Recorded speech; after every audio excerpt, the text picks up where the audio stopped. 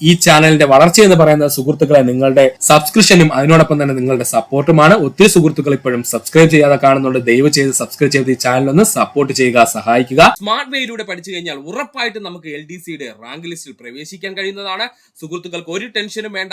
അങ്ങനെ ഈസി ആയിട്ട് LDC crack ചെയ്യുന്നതിന് വേണ്ടിയിട്ട് നമ്മൾ ഇവിടെ ഒരു 100 days ചലഞ്ച് ആരംഭിക്കുക. ഹാൻസൻസ് രോഗം എന്ന പേരിൽ അറിയപ്പെടുന്നത് കുഷ്ഠമാണ്, അല്ലെങ്കിൽ കുഷ്ഠം എന്ന് പറയുന്ന രോഗത്തിന്റെ മറ്റൊരു പേരാണ് ഹാൻസൻസ് ഡിസീസ്. എന്താണ് ഹാൻസൻസ് ഡിസീസ് എന്ന പേരിൽ അറിയപ്പെടുന്ന രോഗം? ഏതാണ്? കുഷ്ഠമാണ്. അതുപോലെ കുറച്ച് രോഗങ്ങളുടെ കൂടി പേരുകൾ PSC സ്ഥിരം ചോദിക്കാറുണ്ട്, അതുകൂടി നമുക്ക് പഠിക്കണം. കറുത്ത മരണം എന്നറിയപ്പെടുന്നത് പ്ലേഗ് ആണ്. കറുത്ത മരണം എന്നറിയപ്പെടുന്ന രോഗം ഏതാണ്? പ്ലേഗ് ആണ്.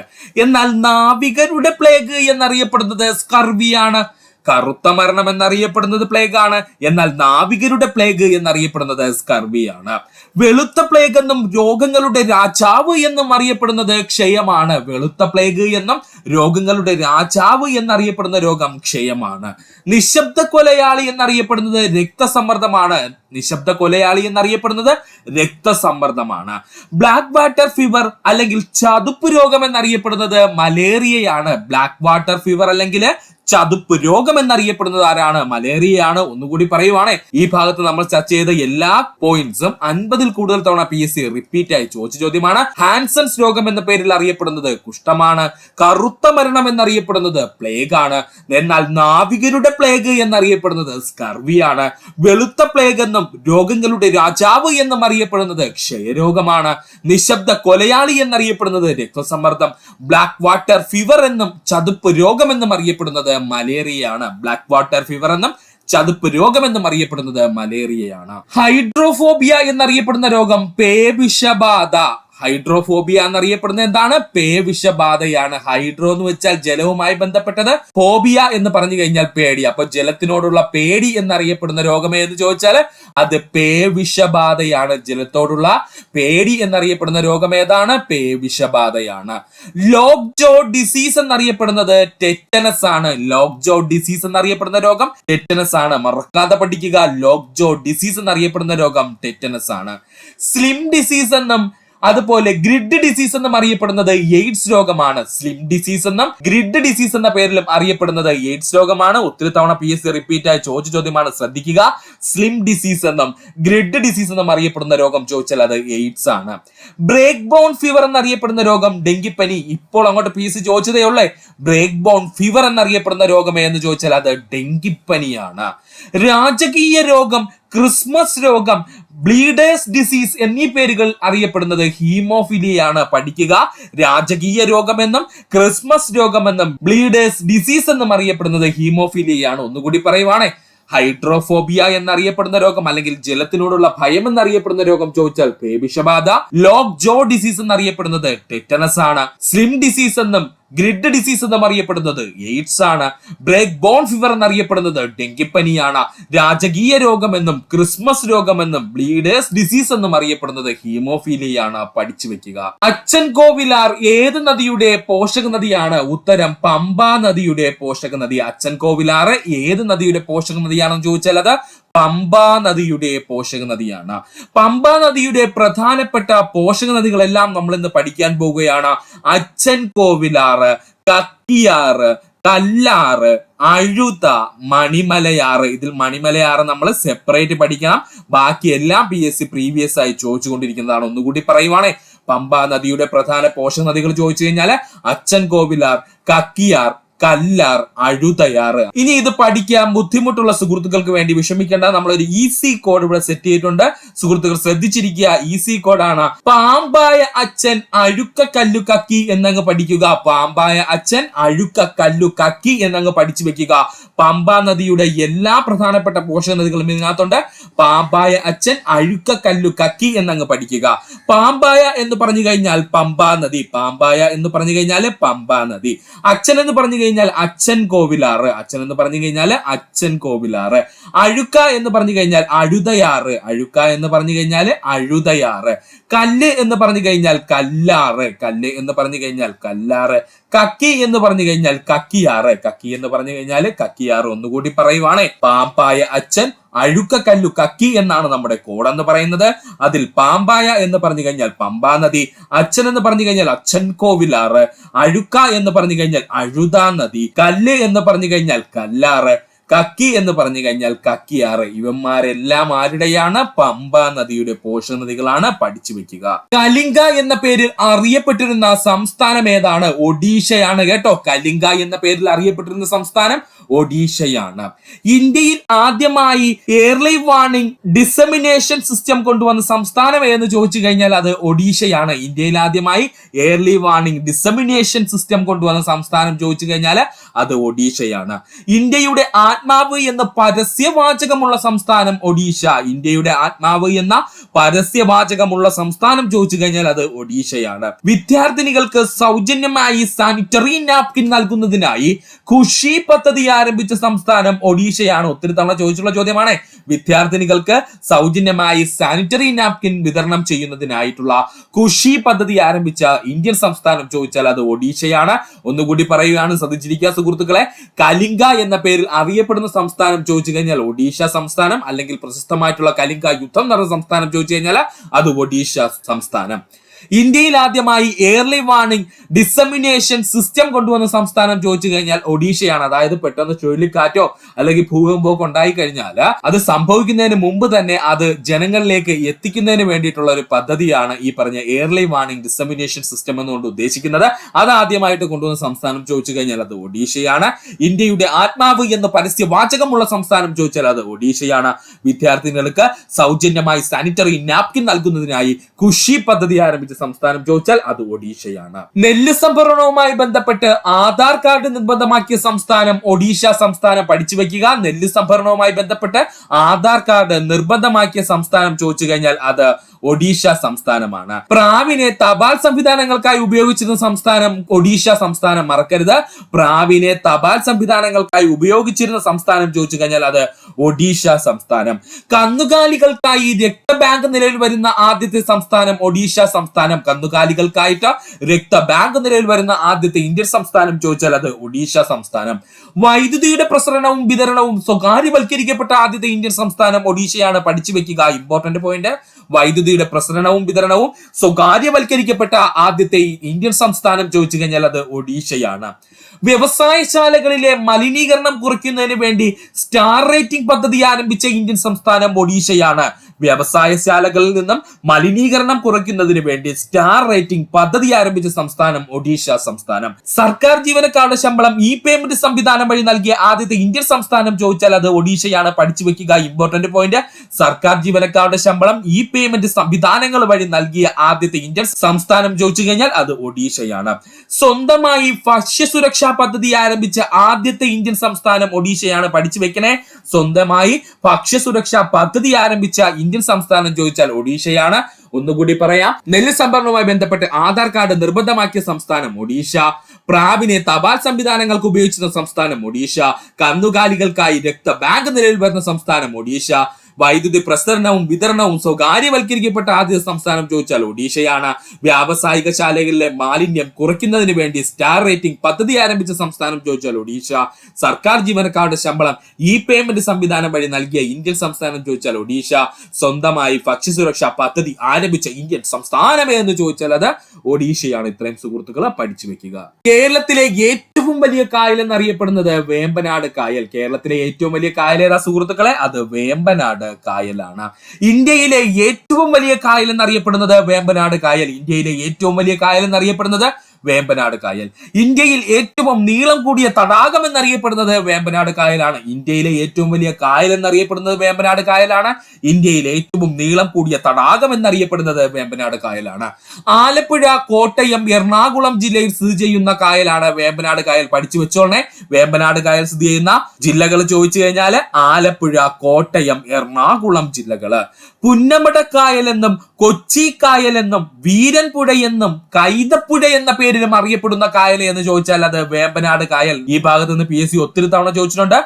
പുന്നമടക്കായൽ എന്നും കൊച്ചി കായൽ എന്നും വീരൻപുഴ എന്നും കൈതപ്പുഴക്കായൽ എന്നും അറിയപ്പെടുന്നത് ആരാണ്? വേമ്പനാട് കായലാണ്. വേമ്പനാട് കായൽ സ്ഥിതി ചെയ്യുന്ന പ്രധാനപ്പെട്ട ദ്വീപുകളാണ് പാതിരാമണൽ, പള്ളിപ്പുറം, പെരുമ്പള്ളം, വെള്ളിംഗ്ടൺ, വൈപ്പിൻ, വല്ലാർപാടം, കടമക്കുടി പഠിച്ചു വെക്കുക. വേമ്പനാട് കായലിന്റെ ഭാഗമായി സ്ഥിതി ചെയ്യുന്ന ദ്വീപുകൾ ഏതൊക്കെയാ സുഹൃത്തുക്കളെ? പാതിരാമണല്, പള്ളിപ്പുറം, പെരുമ്പള്ളം, വെള്ളിംഗ്ടൺ, വൈപ്പിൻ, വല്ലാർപാടം, കടമക്കുടി ഇവയെല്ലാം സ്ഥിതി ചെയ്യുന്നത് വേമ്പനാട് കായലിലാണെന്ന് ഓർത്തു വെക്കുക സുഹൃത്തുക്കൾ. ഇതിൽ പാതിരാമണലും അതുപോലെ തന്നെ വൈപ്പിനും വല്ലാർപാടവും കടമക്കുടിയും ഒരുപാട് തവണ PSC പ്രീവിയസ് ആയി ചോദിച്ചതാണ്. തണ്ണീർമുക്കം ബണ്ട് 1974 നിർമ്മിച്ചതും തോട്ടപ്പള്ളി സ്പിൽവേ 1955 സ്ഥാപിച്ചതും വേമ്പനാട് കായലിലാണ്. പഠിക്കുക. തണ്ണീർമുക്കം ബണ്ട് 1974 സ്ഥാപിച്ചതും തോട്ടപ്പള്ളി സ്പിൽവേ 1955 സ്ഥാപിച്ചതും വേമ്പനാട് കായലിലാണ്. പഠിക്കുക. രണ്ടിന്റെയും വർഷം വ്യക്തമായിട്ട് പഠിക്കുന്ന സുഹൃത്തുക്കളെ ചോദിച്ചിട്ടുണ്ട്. അപ്പോൾ തണ്ണീർമുക്കം ബണ്ട് 1974 നിർമ്മിച്ചു, തോട്ടപ്പള്ളി സ്പിൽവേ 1955 നിർമ്മിച്ചു. ഏത് കായലിലാണ് സുഹൃത്തുക്കളെ? വേമ്പനാട് കായലില്.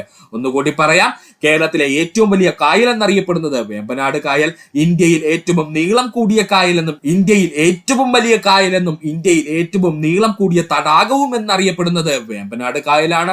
ആലപ്പുഴ, കോട്ടയം, എറണാകുളം ജില്ലകളിൽ സ്ഥിതി ചെയ്യുന്ന കായൽ ഏതെന്ന് ചോദിച്ചാൽ അത് വേമ്പനാട് കായലാണ്. പുന്നമടക്കായലെന്നും കൊച്ചി കായലെന്നും വീരൻപുഴ എന്നും കൈതപ്പുഴ കായൽ എന്ന പേരിലും അറിയപ്പെട്ടിരുന്നത് അല്ലെങ്കിൽ അറിയപ്പെടുന്നത് വേമ്പനാട് കായലാണ്. പാതിരാമണൽ, പള്ളിപ്പുറം, പെരുമ്പള്ളം, വെള്ളിംഗ്ടൺ, വൈപ്പിൻ, വല്ലാർപാടം, കടമക്കുടി തുടങ്ങിയ ദ്വീപുകൾ സ്ഥിതി ചെയ്യുന്നത് വേമ്പനാട് കായലിലാണ്.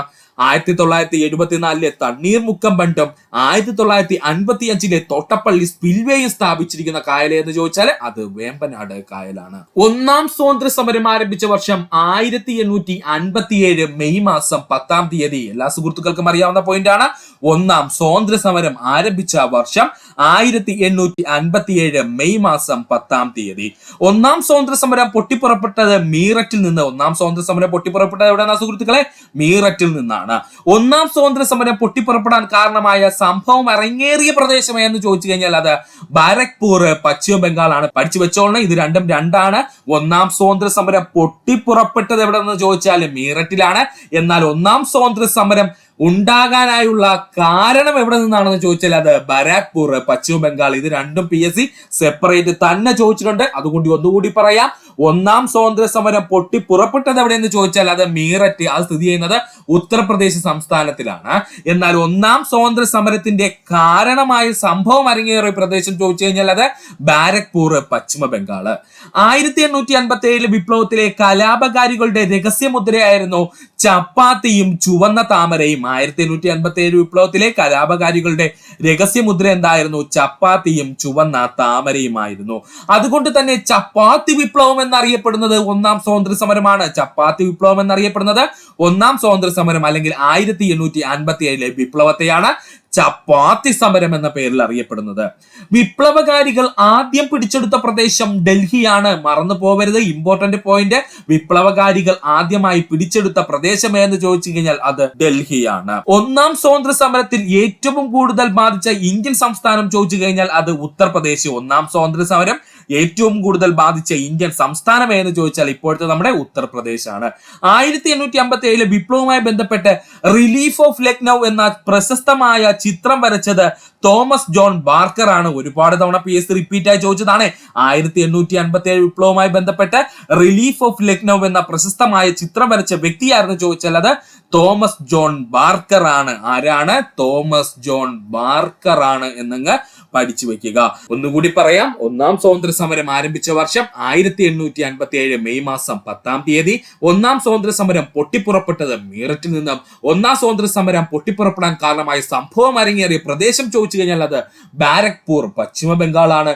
1857 വിപ്ലവത്തിൽ കലാപകാരികളുടെ രഹസ്യമുദ്ര എന്താണെന്ന് ചോദിച്ചാൽ അത് ചപ്പാത്തിയും ചുവന്ന താമരയുമായിരുന്നു. അതുകൊണ്ട് തന്നെ ചപ്പാത്തി വിപ്ലവം എന്നറിയപ്പെടുന്നത് എന്ന് ചോദിച്ചാൽ 1857 വിപ്ലവമാണ്. വിപ്ലവകാരികൾ ആദ്യമായി പിടിച്ചെടുത്ത പ്രദേശം ചോദിച്ചു കഴിഞ്ഞാൽ അത് ഡൽഹിയാണ്. വിപ്ലവകാരികൾ ആദ്യമായി പിടിച്ചെടുത്ത പ്രദേശം ചോദിച്ചു കഴിഞ്ഞാൽ അത് ഡൽഹിയാണ്. ഒന്നാം സ്വാതന്ത്ര്യ സമരം ഏറ്റവും കൂടുതൽ ബാധിച്ച ഇന്ത്യൻ സംസ്ഥാനം എന്ന് ചോദിച്ചാൽ അത് ഉത്തർപ്രദേശാണ്. 1857 വിപ്ലവവുമായി ബന്ധപ്പെട്ട റിലീഫ് ഓഫ് ലക്നൗ എന്ന പ്രശസ്തമായ ചിത്രം വരച്ചതായിരുന്നു ചോദിച്ചാൽ അത് തോമസ് ജോൺ ബാർക്കർ ആണ്. ആരാണ് സുഹൃത്തുക്കളെ? തോമസ് ജോൺ ബാർക്കർ ആണ്. ഒന്നാം സ്വാതന്ത്ര്യ സമരത്തിലെ ആദ്യത്തെ രക്തസാക്ഷി മംഗൽ പാണ്ഡെയാണ്. ഒന്നാം സ്വാതന്ത്ര്യ സമരത്തിലെ ആദ്യത്തെ രക്തസാക്ഷി ആരാ സുഹൃത്തുക്കളെ? മംഗൽ പാണ്ഡെയാണ്. മംഗൽ പാണ്ഡെ വധിച്ചു എന്ന് പറയുന്ന ബ്രിട്ടീഷ് ഉദ്യോഗസ്ഥനാരെന്ന് ചോദിച്ചാൽ അത് അഡ്ജൂട്ടന്റ് ബോഗ് ആണ്. അദ്ദേഹത്തിന്റെ പേര് അഡ്ജൂട്ടന്റ് ബോഗ് എന്നാണ്. സത്യത്തിൽ PSCയുടെ ഉത്തര സൂചികയിൽ മാത്രമേ അങ്ങനെ ഉള്ളൂ കേട്ടോ, അല്ലാതെ അഡ്ജൂട്ടന്റ് ബോഗിനെ വധിച്ചിട്ടില്ല. അതിനുശേഷം അഡ്ജൂട്ടന്റ് ബോഗ് മംഗൽ പാണ്ഡെക്കെതിരെ ചെന്നിട്ട് കോടതിയിൽ തെളിവൊക്കെ കൊടുക്കുന്നുണ്ട്. അപ്പൊ സുഹൃത്തുക്കൾ അത് ഓർത്തു വെച്ചിരുന്നാൽ നമ്മുടെ PSCയുടെ ഉത്തര സൂചിക പ്രകാരം മംഗൽ പാണ്ഡെ വധിച്ച ബ്രിട്ടീഷ് ഉദ്യോഗസ്ഥനാരെന്ന് ചോദിച്ചു കഴിഞ്ഞാൽ അത് അഡ്ജൂട്ടന്റ് ബോഗ് ആണ്. മംഗൽ പാണ്ഡെ വധിക്കാൻ ശ്രമിച്ച രണ്ടാമത്തെ ബ്രിട്ടീഷ് ഉദ്യോഗസ്ഥനാണ് ജെയിംസ് ഹ്യൂസൺ. ഇവർ രണ്ടുപേരുടെ പേരും PSC ഉത്തര സൂചികയിൽ നൽകിയിട്ടുണ്ട്. മംഗൽ പാണ്ഡെ വധിക്കാൻ ശ്രമിച്ച രണ്ടാമത്തെ ബ്രിട്ടീഷ് ഉദ്യോഗസ്ഥനാരെന്ന് ചോദിച്ചാൽ അത് ജെയിംസ് ഹ്യൂസൺ ആണ്. മറക്കരുത്, ആരാണ്? ജെയിംസ് ഹ്യൂസൺ ആണ്. ഒന്നുകൂടി പറയാം, മംഗൽ പാണ്ഡെ വധിച്ച ബ്രിട്ടീഷ് ഉദ്യോഗസ്ഥൻ എന്ന PSCയുടെ ഉത്തര സൂചികയിൽ കിടക്കുന്ന ആരെന്ന് ചോദിച്ചാൽ അത് അഡ്ജൂട്ടന്റ് ബോഗ് ആണ്. മംഗൽ പാണ്ഡെ വധിക്കാൻ ശ്രമിച്ച രണ്ടാമത്തെ ബ്രിട്ടീഷ് ഉദ്യോഗസ്ഥൻ ആരെന്ന് ചോദിച്ചാൽ അത് ജെയിംസ് ഹ്യൂസൺ ആണ്. മംഗൽ പാണ്ഡെക്കൊപ്പം തൂക്കിലേറ്റപ്പെട്ട സൈനിക ഉദ്യോഗസ്ഥൻ ജമീന്ദാർ ഈശ്വരി പ്രസാദ് ആണ്. മംഗൽ പാണ്ഡെക്കൊപ്പം തൂക്കിലേറ്റപ്പെട്ട സൈനിക ഉദ്യോഗസ്ഥനെ എന്ന് ചോദിച്ചാൽ അത് ജമീന്ദാർ ഈശ്വരി പ്രസാദ് ആണ്. മംഗൽ പാണ്ഡെ തൂക്കിലേറ്റപ്പെട്ട വർഷം 1857 ഏപ്രിൽ മാസം 8-ാം തീയതി പഠിക്കുക. മംഗൽ പാണ്ഡെയെ തൂക്കിലേറ്റിയ വർഷം ചോദിച്ചു കഴിഞ്ഞാൽ അത് 1857 ഏപ്രിൽ മാസം 8-ാം തീയതി. ഒന്നുകൂടി പറയാം, ഒന്നാം സ്വാതന്ത്ര്യ സമരത്തിലെ ആദ്യത്തെ രക്തസാക്ഷി എന്നറിയപ്പെടുന്നത് മംഗൽ പാണ്ഡെയാണ്. 100-ൽ കൂടുതൽ തവണ PSC റിപ്പീറ്റായി ചോദിച്ച ചോദ്യം. മംഗൽ പാണ്ഡെ വധിച്ചു എന്ന് പറയുന്ന ബ്രിട്ടീഷ് ഉദ്യോഗസ്ഥനാരെന്ന് ചോദിച്ചാൽ PSCയുടെ ഉത്തര സൂചിക പ്രകാരം അഡ്ജൂട്ടന്റ് ബോഗ് ആണ്. മംഗൽ പാണ്ഡെ വധിക്കാൻ ശ്രമിച്ച രണ്ടാമത്തെ ബ്രിട്ടീഷ് ഉദ്യോഗസ്ഥനാരെന്ന് ചോദിച്ചാൽ അത് ജെയിംസ് ഹ്യൂസൺ ആണ്. മംഗൽ പാണ്ഡെക്കൊപ്പം തൂക്കിലേറ്റപ്പെട്ട സൈനിക ഉദ്യോഗസ്ഥനാരെന്ന് ചോദിച്ചാൽ ജമീന്ദാർ ഈശ്വരി പ്രസാദ് ആണ്. മംഗൽ പാണ്ഡെയെ തൂക്കിലേറ്റിയ വർഷം 1857 ഏപ്രിൽ മാസം 8-ാം തീയതി. പീച്ചി അണക്കെട്ട് സ്ഥിതി ചെയ്യുന്ന ജില്ല ഏതാണ്? തൃശൂർ ജില്ല. പീച്ചി അണക്കെട്ട് സ്ഥിതി ചെയ്യുന്ന ജില്ല ഏതാണ്? തൃശൂർ ജില്ല. സുഹൃത്തുക്കൾ ശ്രദ്ധിക്കുക, പീച്ചി അണക്കെട്ട് സ്ഥിതി ചെയ്യുന്ന ജില്ല തൃശൂർ ജില്ല. ഇനി തൃശൂർ ജില്ലയിലെ പ്രധാന അണക്കെട്ടുകൾ നമ്മളങ്ങ് പഠിക്കാൻ പോവുകയാണ്. പെരിങ്ങൽകുത്ത് അണക്കെട്ട്, ഷോളയാർ അണക്കെട്ട്, ചിമ്മിനി അണക്കെട്ട്, വാഴാനി അണക്കെട്ട്, പൂമാല അണക്കെട്ട്, പീച്ചി അണക്കെട്ട്. തൃശൂർ ജില്ലയിലെ പ്രധാന അണക്കെട്ടുകൾ എന്ന് പറയുവാണ് പെരിങ്ങൽകുത്ത് അണക്കെട്ട്, ഷോളയാർ അണക്കെട്ട്, ചിമ്മിനി അണക്കെട്ട്, പീച്ചി, വാഴാനി അണക്കെട്ട്, പൂമാല അണക്കെട്ട്. ഒന്നുകൂടി പറയാം, അത്രയും ഇമ്പോർട്ടന്റ് ആണ്. പെരിങ്ങൽകുത്ത് അണക്കെട്ട്, ഷോളയാർ അണക്കെട്ട്, ചിമ്മിനി അണക്കെട്ട്, വാഴാനി അണക്കെട്ട്, പൂമാല അണക്കെട്ട്, പീച്ചി അണക്കെട്ട്. ഇത്രയുമാണ് തൃശൂർ ജില്ലയിലെ പ്രധാനപ്പെട്ട PSC ചോദിച്ചിട്ടുള്ള അണക്കെട്ടുകൾ എല്ലാം ഇതിനകത്തുണ്ട്. ഇനി ഇത് പഠിക്കാൻ ബുദ്ധിമുട്ടുള്ള സുഹൃത്തുക്കൾക്ക് വേണ്ടി നമുക്ക് ഈസി ആയിട്ട് ഒരു കോഡ് അങ്ങ് പഠിക്കാം. കോഡ് ഇത്രയേ ഉള്ളൂ, ശ്രദ്ധിച്ചിരിക്കണേ സുഹൃത്തുക്കളെ. തൃശൂർ PSC വാഴപ്പൂ പിച്ചി എന്നങ്ങ് പഠിക്കുക. തൃശൂർ PSC വാഴപ്പൂ പിച്ചി എന്നങ്ങ് പഠിക്കുക. ഇതിൽ PSCയുടെ P എന്ന് പറഞ്ഞു കഴിഞ്ഞാൽ അത് പെരിങ്ങൽകുത്ത് അണക്കെട്ട്, S എന്ന് പറഞ്ഞു കഴിഞ്ഞാൽ ഷോളയാർ അണക്കെട്ട്, C എന്ന് പറഞ്ഞു കഴിഞ്ഞാൽ ചിമ്മിനി അണക്കെട്ട്. ഒന്നുകൂടി പറയാം, PSCയുടെ P എന്ന് പറഞ്ഞു കഴിഞ്ഞാൽ അത് പെരിങ്ങൽകുത്ത് അണക്കെട്ട്, S എന്ന് പറഞ്ഞു കഴിഞ്ഞാൽ ഷോളയാർ അണക്കെട്ട്, C എന്ന് പറഞ്ഞു കഴിഞ്ഞാൽ ചിമ്മിനി അണക്കെട്ട്, വാഴ എന്ന് പറഞ്ഞാൽ വാഴാനി അണക്കെട്ട്, പൂ എന്ന് പറഞ്ഞു കഴിഞ്ഞാൽ പൂമാല അണക്കെട്ട്, പിച്ചി എന്ന് പറഞ്ഞു കഴിഞ്ഞാല് പീച്ചി അണക്കെട്ട്. ഒന്നുകൂടി കോഡ് പറയുവാണ്, സുഹൃത്തുക്കൾ ശ്രദ്ധിച്ചിരിക്കുക. തൃശൂർ PSC വാഴപ്പൂ പിച്ചി എന്നങ്ങ് പഠിക്കുക. ഇതിൽ PSCയുടെ P എന്ന് പറഞ്ഞു കഴിഞ്ഞാൽ പെരിങ്ങൽകുത്ത് അണക്കെട്ട്, S എന്ന് പറഞ്ഞു കഴിഞ്ഞാൽ ഷോളയാർ അണക്കെട്ട്, C എന്ന് പറഞ്ഞു കഴിഞ്ഞാൽ ചിമ്മിനി അണക്കെട്ട്, വാഴ എന്ന് പറഞ്ഞു കഴിഞ്ഞാൽ വാഴാനി അണക്കെട്ട്, പൂ എന്ന് പറഞ്ഞു കഴിഞ്ഞാൽ പൂമാല അണക്കെട്ട്, പിച്ചി എന്ന് പറഞ്ഞു കഴിഞ്ഞാൽ പീച്ചി അണക്കെട്ട്. കാറ്റിന്റെ വേഗത അളക്കാൻ ഉപയോഗിക്കുന്ന ഉപകരണമാണ് അനിമോമീറ്റർ. കാറ്റിന്റെ വേഗത അളക്കാൻ ഉപയോഗിക്കുന്ന ഉപകരണം ഏതാ സുഹൃത്തുക്കളെ? അനിമോമീറ്റർ ആണ്. കാറ്റിന്റെ വേഗത അളക്കുന്നത് അനിയാണെന്ന് പഠിക്കുക. കാറ്റിന്റെ വേഗത അളക്കുന്നത് ആരാണ്? അനിയാണ്, മറക്കരുത്. കാറ്റിന്റെ ദിശ അളക്കാൻ ഉപയോഗിക്കുന്ന ഉപകരണമാണ് വിൻഡ് വെയിന്. കാറ്റിന്റെ ദിശ അളക്കാൻ ഉപയോഗിക്കുന്ന ഉപകരണം എന്ന് ചോദിച്ചാൽ അതാണ് വിൻഡ് വെയിന്. കാറ്റിന്റെ ദിശ അളക്കാനുള്ള ഉപകരണം ചോദിച്ചാൽ അതിനകത്ത് തന്നെ ആരുണ്ട്? കാറ്റുണ്ട്. ആ വിൻഡ് എന്ന് എഴുതിയിരിക്കുന്നുണ്ടോ? അതിൽ തന്നെ കാറ്റുണ്ട്. വിൻഡ് വെയിൻ എന്നാണ് അറിയപ്പെടുന്നത്. പക്ഷേ കാറ്റിന്റെ വേഗത അളക്കാൻ ഉപയോഗിക്കുന്ന ഉപകരണം ചോദിച്ചാൽ അതിനകത്ത് വിൻഡ് വെയിൻ PSC ഒരുപാട് തവണ ഉത്തര സൂചിക നൽകിയിരുന്നു. അതുകൊണ്ട് സുഹൃത്തുക്കൾ വ്യക്തമായിട്ട് പഠിക്കുക. കാറ്റിന്റെ വേഗത അളക്കാൻ ഉപയോഗിക്കുന്ന ഉപകരണം ഉപകരണം ഏതെന്ന് ചോദിച്ചാൽ അത് അനിമോമീറ്റർ ആണ്. ആരാണ്? അനിമോമീറ്റർ. അപ്പൊ കാറ്റിന്റെ വേഗത അളക്കുന്നത് ആരാണ്? അനിയാണെന്നങ്ങ് പഠിച്ചു വെക്കുക. ആപേക്ഷിക ആർദ്രത അളക്കാൻ ഉപയോഗിക്കുന്ന ഉപകരണം ഹൈഗ്രോമീറ്റർ. ആപേക്ഷിക ആർദ്രത അളക്കാൻ ഉപയോഗിക്കുന്ന ഉപകരണം ചോദിച്ചു കഴിഞ്ഞാൽ അത് ഹൈഗ്രോമീറ്റർ ആണ്. അന്തരീക്ഷ മർദ്ദം അളക്കുന്നതിന് ബാരോമീറ്റർ ഉപയോഗിക്കുന്നു. അന്തരീക്ഷ മർദ്ദം അളക്കുന്നതിന് ആരാണ്? ബാരോമീറ്റർ. അന്തരീക്ഷ മർദ്ദം ബാരലിനകത്ത് ഇരിക്കുന്നു എന്ന് പഠിച്ചാൽ മതി കേട്ടോ. അന്തരീക്ഷ മർദ്ദം ബാരലിനകത്ത് ഇരിക്കുന്നു എന്നങ്ങ് പഠിക്കുക. ഉയർന്ന ഊഷ്മാവ് അളക്കാൻ പൈറോമീറ്റർ. ഉയർന്ന ഊഷ്മാവ് അളക്കണമെങ്കിൽ അതിനെ വിളിക്കുന്ന പേരാണ് പൈറോമീറ്റർ. താപം അളക്കാൻ ഉപയോഗിക്കുന്നത് കലോറിമീറ്റർ. ഏറ്റവും കൂടുതൽ PSC ഉദ്യോഗാർത്ഥികൾ തെറ്റിക്കുന്ന പോയിന്റ് ആണ് പറഞ്ഞത്. താപം എന്ന് പറയുന്നത് ഒരു ഊർജമാണ്. താപം എന്ന് പറയുന്ന ഒരു ഊർജമാണ്. അതുകൊണ്ട് അത് കലോറിമീറ്റർ ഉപയോഗിച്ചാണ് നമ്മൾ അളക്കുന്നത്. അല്ലാതെ നമ്മൾ തെർമോമീറ്റർ ഉപയോഗിച്ചല്ല. ഓപ്ഷനകത്ത് തെർമോമീറ്റർ കാണും. സുഹൃത്തുക്കൾ ഒരു കാരണവശാലും ആൻസർ കൊടുക്കരുത്. താപം അളക്കുന്നതിന് ഉപയോഗിക്കുന്ന ഉപകരണം ചോദിച്ചാൽ കലോറിമീറ്ററും, തെർമോമീറ്റർ എന്തിനാണ് ഉപയോഗിക്കുന്നതെന്ന് ചോദിച്ചാൽ നമ്മുടെ താപനില അളക്കുന്നതിനുള്ള ഉപകരണമാണ് ഏത്? തെർമോമീറ്റർ. ഒരു വസ്തുവിന്റെ താപനില അളക്കുന്നതിനുള്ള ഉപകരണമാണ് തെർമോമീറ്റർ എന്ന് പറയുന്നത്. താപമാണ് അളക്കുന്നെങ്കിൽ അത് കലോറിമീറ്റർ ആണ്. മറക്കാതെ പഠിക്കുക. ഒന്നുകൂടി പറയുവാണ്, കാറ്റിന്റെ വേഗത അളക്കാൻ ഉപയോഗിക്കുന്ന ഉപകരണം ചോദിച്ചാൽ അനിമോമീറ്റർ. കാറ്റിന്റെ ദിശ കണ്ടെത്താനാണെങ്കിൽ അതിനെ വിൻഡ് വെയിൻ ഉപയോഗിക്കുന്നു. ആപേക്ഷിക ആർദ്രത അളക്കാൻ ഉപയോഗിക്കുന്ന ഉപകരണം ഹൈഗ്രോമീറ്റർ.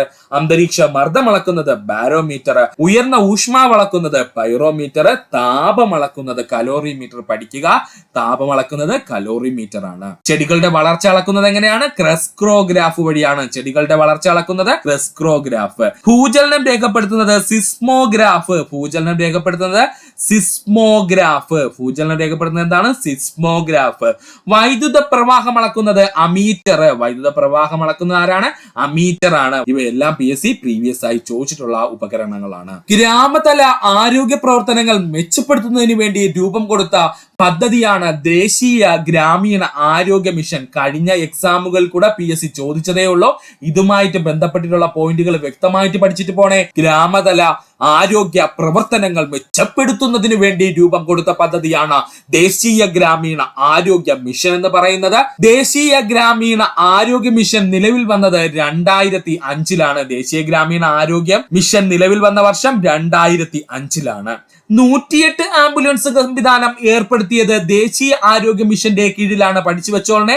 108 ആംബുലൻസ് സംവിധാനം ഏർപ്പെടുത്തിയത് ദേശീയ ഗ്രാമീണ ആരോഗ്യ മിഷന്റെ കീഴിലാണ്. ഇന്ത്യയിലെ ആദ്യത്തെ പ്രാഥമികാരോഗ്യ കേന്ദ്രം സ്ഥാപിച്ചത് കേരളത്തിലാണ്. പഠിച്ചു വെക്കുക, ഇന്ത്യയിലെ ആദ്യത്തെ പ്രാഥമികാരോഗ്യ കേന്ദ്രം സ്ഥാപിക്കപ്പെട്ട സംസ്ഥാനം ചോദിച്ചു കഴിഞ്ഞാൽ അത് കേരളമാണ്. ദേശീയ ആരോഗ്യ ഗ്രാമീണ പദ്ധതിയുടെ ഭാഗമായി ഓരോ വില്ലേജിലും നിയമിക്കപ്പെട്ട അംഗീകൃത സാമൂഹ്യ ആരോഗ്യ പ്രവർത്തകർ അറിയപ്പെടുന്ന പേരാണ് ആശാ പ്രവർത്തകർ. മറക്കരുത്, ഇമ്പോർട്ടന്റ് പോയിന്റ് ആണ് പറഞ്ഞത്. ദേശീയ ആരോഗ്യ ഗ്രാമീണ പദ്ധതിയുടെ ഭാഗമായി ഓരോ വില്ലേജിലും നിയമിക്കപ്പെട്ട അംഗീകൃത സാമൂഹിക ആരോഗ്യ പ്രവർത്തകർ അറിയപ്പെടുന്ന പേരാണ് ആശാ പ്രവർത്തകർ. ആശ എന്ന് പറയുന്നതിന്റെ ഫുൾ ഫോം എന്തെന്ന് ചോദിച്ചു കഴിഞ്ഞാൽ അക്രഡിറ്റഡ് സോഷ്യൽ ഹെൽത്ത് ആക്ടിവിസ്റ്റ് എന്നാണ്. എന്താണ് ആശ എന്ന് പറയുന്ന പ്രവർത്തകർ അല്ലെങ്കിൽ ആശ എന്ന് പറയുന്ന വാക്കിന്റെ ഫുൾ ഫോം എന്തെന്ന് ചോദിച്ചു കഴിഞ്ഞാൽ അക്രഡിറ്റഡ് സോഷ്യൽ ഹെൽത്ത് ആക്ടിവിസ്റ്റ് എന്നാണ്. പഠിച്ചു വെച്ചോളണം. അക്രഡിറ്റഡ് സോഷ്യൽ ഹെൽത്ത് ആക്ടിവിസ്റ്റ് എന്നാണ് ആശ എന്നുള്ളതിന്റെ ഫുൾ ഫോം എന്ന് പറയുന്നത്.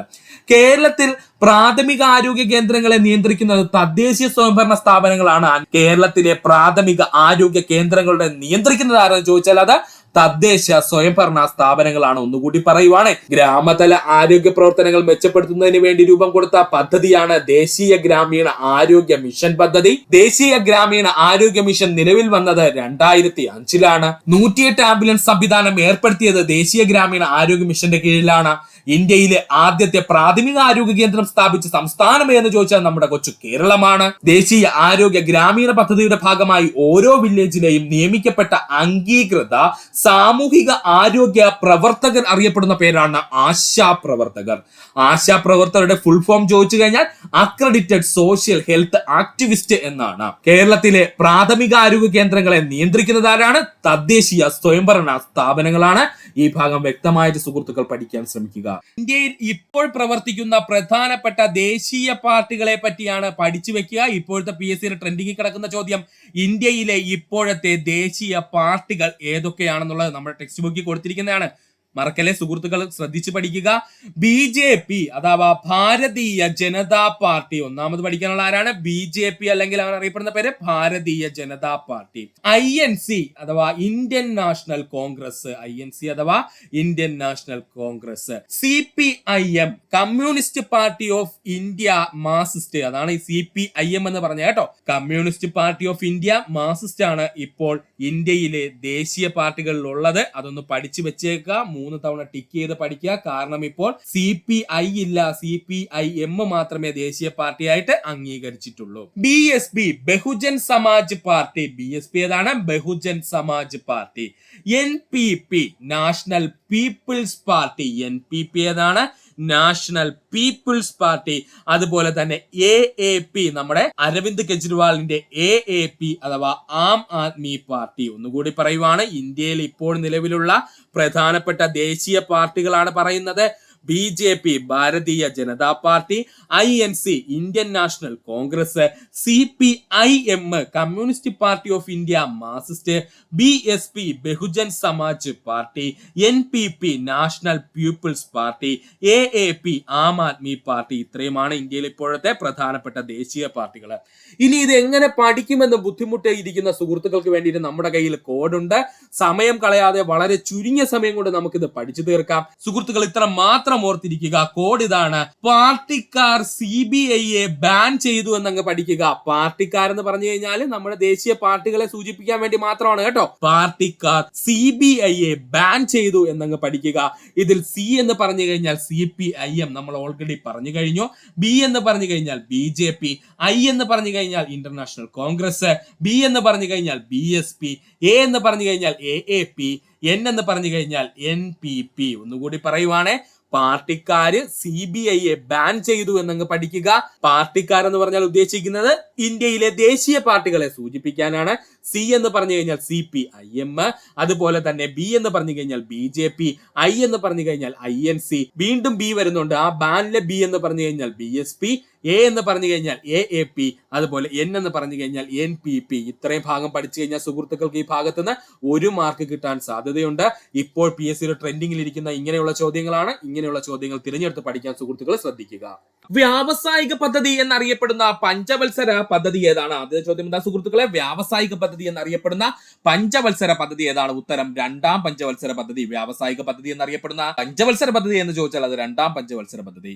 മഹലനോബസ് മാതൃക എന്നറിയപ്പെടുന്ന പഞ്ചവത്സര പദ്ധതി 2ാം പഞ്ചവത്സര പദ്ധതി. മഹലനോബസ് മാതൃക എന്ന പേരിൽ അറിയപ്പെടുന്ന പഞ്ചവത്സര പദ്ധതി 2ാം പഞ്ചവത്സര പദ്ധതി. വ്യാവസായിക നയം 1956 അടിസ്ഥാനമാക്കിയ പഞ്ചവത്സര പദ്ധതി 2ാം പഞ്ചവത്സര പദ്ധതി.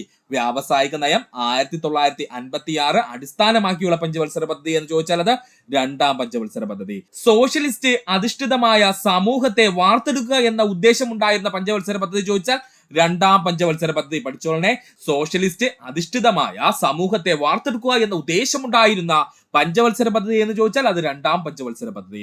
തൊഴിലില്ലായ്മ കുറയ്ക്കുക എന്ന ലക്ഷ്യം മുന്നോട്ട് വെച്ച പഞ്ചവത്സര പദ്ധതി എന്ന് ചോദിച്ചാൽ അത് 2ാം പഞ്ചവത്സര പദ്ധതി. PSC പ്രീവിയസ് ചോദ്യമാണ്. തൊഴിലില്ലായ്മ കുറയ്ക്കുക എന്ന ലക്ഷ്യം മുന്നോട്ട് വെച്ച പഞ്ചവത്സര പദ്ധതി എന്ന് ചോദിച്ചാൽ അത് 2ാം പഞ്ചവത്സര പദ്ധതിയാണ്. പഠിക്കുക. 2ാം പഞ്ചവത്സര പദ്ധതി കാലത്ത് പ്രവർത്തനം ആരംഭിച്ച ഇരുമ്പുരുക്ക് ശാലകൾ ചോദിച്ചു കഴിഞ്ഞാൽ അതാണ് ഭിലായ്, റൂർക്കേല, ദുർഗാപൂർ. പ്രീവിയസ് ക്വസ്റ്റ്യൻ ആണ്. 2ാം പഞ്ചവത്സര പദ്ധതി കാലത്ത് പ്രവർത്തനം ആരംഭിച്ച ഇരുമ്പുരുക്ക് ശാലകൾ ഏതൊക്കെയെന്ന് ചോദിച്ചാൽ അത് ഭിലായ്, റൂർക്കേല, ദുർഗാപൂർ ആണ്. ഒന്നുകൂടി പറയാം സുഹൃത്തുക്കളെ, വ്യാവസായിക പദ്ധതി എന്നറിയപ്പെടുന്ന പഞ്ചവത്സര പദ്ധതി 2ാം പഞ്ചവത്സര പദ്ധതി. PC മഹലനോബസ് പദ്ധതി എന്നറിയപ്പെടുന്ന പഞ്ചവത്സര പദ്ധതി ചോദിച്ചാൽ അത് 2ാം പഞ്ചവത്സര പദ്ധതി. വ്യാവസായിക നയം 1956 അടിസ്ഥാനമാക്കിയിരിക്കുന്ന പഞ്ചവത്സര പദ്ധതി ചോദിച്ചാൽ അത് 2ാം പഞ്ചവത്സര പദ്ധതിയാണ്. സോഷ്യലിസ്റ്റിൽ അധിഷ്ഠിതമായ സമൂഹത്തെ വാർത്തെടുക്കുക എന്ന ഉദ്ദേശം ഉണ്ടായിരുന്ന പഞ്ചവത്സര പദ്ധതി 2ാം പഞ്ചവത്സര പദ്ധതി. തൊഴിലില്ലായ്മ കുറയ്ക്കുക എന്ന ലക്ഷ്യം മുന്നോട്ട് വെച്ച പഞ്ചവത്സര പദ്ധതി 2ാം പഞ്ചവത്സര പദ്ധതി. 2ാം പഞ്ചവത്സര പദ്ധതി കാലത്ത് പ്രവർത്തനം ആരംഭിച്ച ഇരുമ്പുരുക്ക് ശാലകൾ ചോദിച്ചു കഴിഞ്ഞാൽ ഭിലായ്, റൂർക്കേല, ദുർഗാപൂർ ആണ്. ആരൊക്കെയാണ്? ഭിലായ്, റൂർക്കേല, ദുർഗാപൂർ ആണ്. പഠിക്കുക. ഉപദ്വീപീയ പീഠഭൂമിയുടെ ഭാഗമായി വരുന്ന മലനിരകളാണ് വിന്ധ്യ മലനിരകൾ, സത്പുര മലനിരകൾ, ആരവല്ലി പർവ്വനിര, പശ്ചിമഘട്ടം, പൂർവ്വഘട്ടം. അങ്ങനെ 5 പ്രധാനപ്പെട്ട മലനിരകളാണ് ആരുടെ ഭാഗമായിട്ട് വരുന്നത്?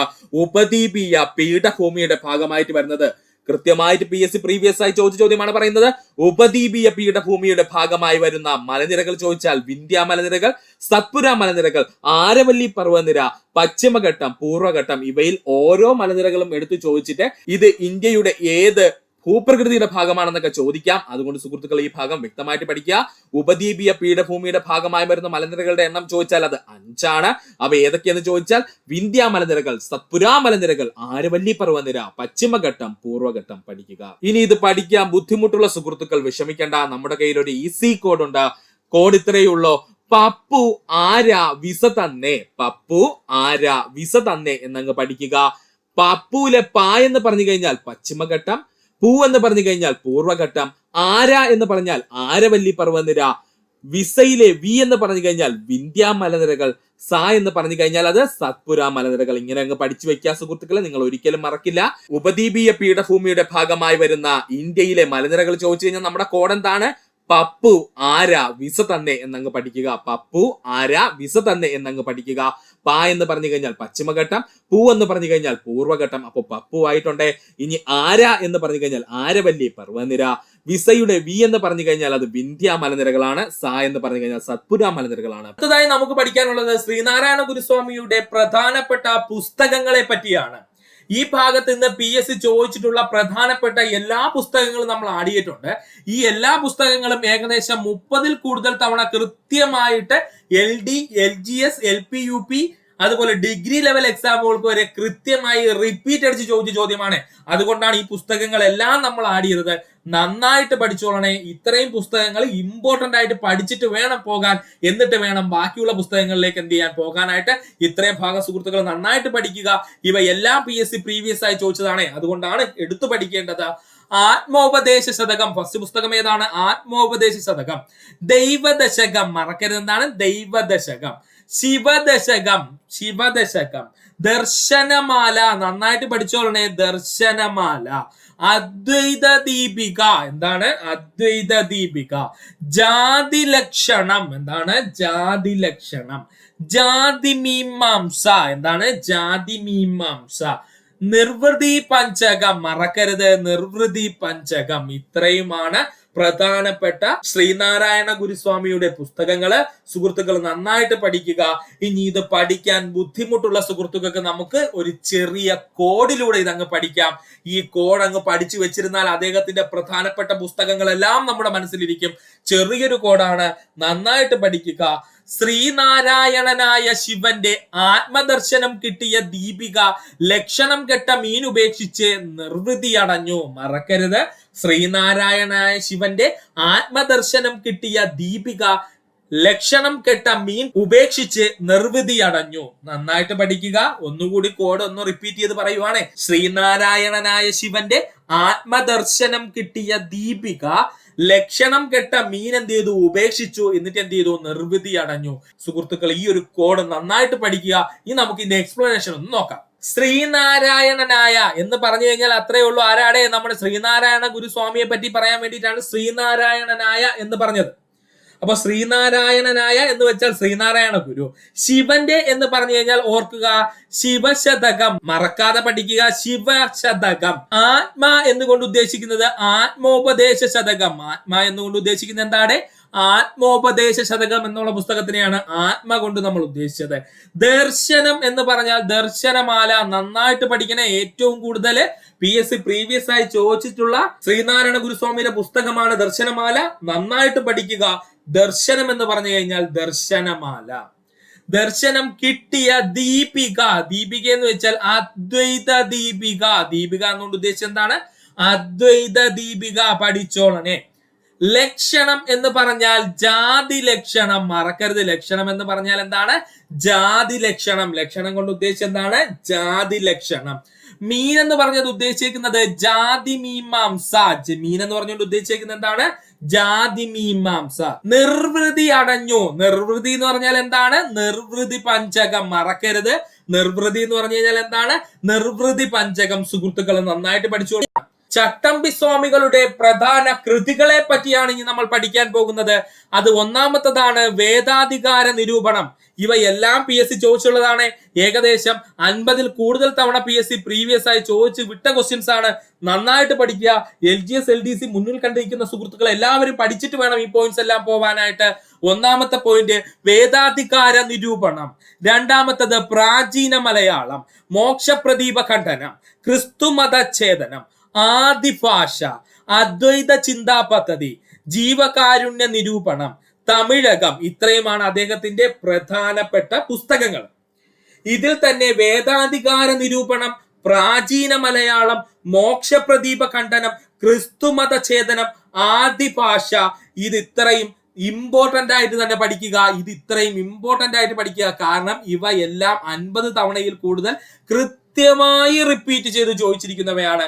ബാക്കിയെല്ലാം ഇടയ്ക്കിടയ്ക്ക് 25 തവണയിൽ കൂടുതൽ ചോദിച്ചിരുന്നതാണ്. അതുകൊണ്ട് ചട്ടമ്പി സ്വാമികളുടെ പ്രധാന പുസ്തകങ്ങൾ എന്നുള്ള രീതിയിൽ Vedadhikara Nirupanam, Pracheena Malayalam, Mokshapradeepa Khandanam most important, Kristumathachedanam most important, Adibhasha most important. ഇത്രയും എന്ത് ചെയ്യണം? നന്നായിട്ട് സുഹൃത്തുക്കൾ പഠിച്ചുകൊള്ളുക.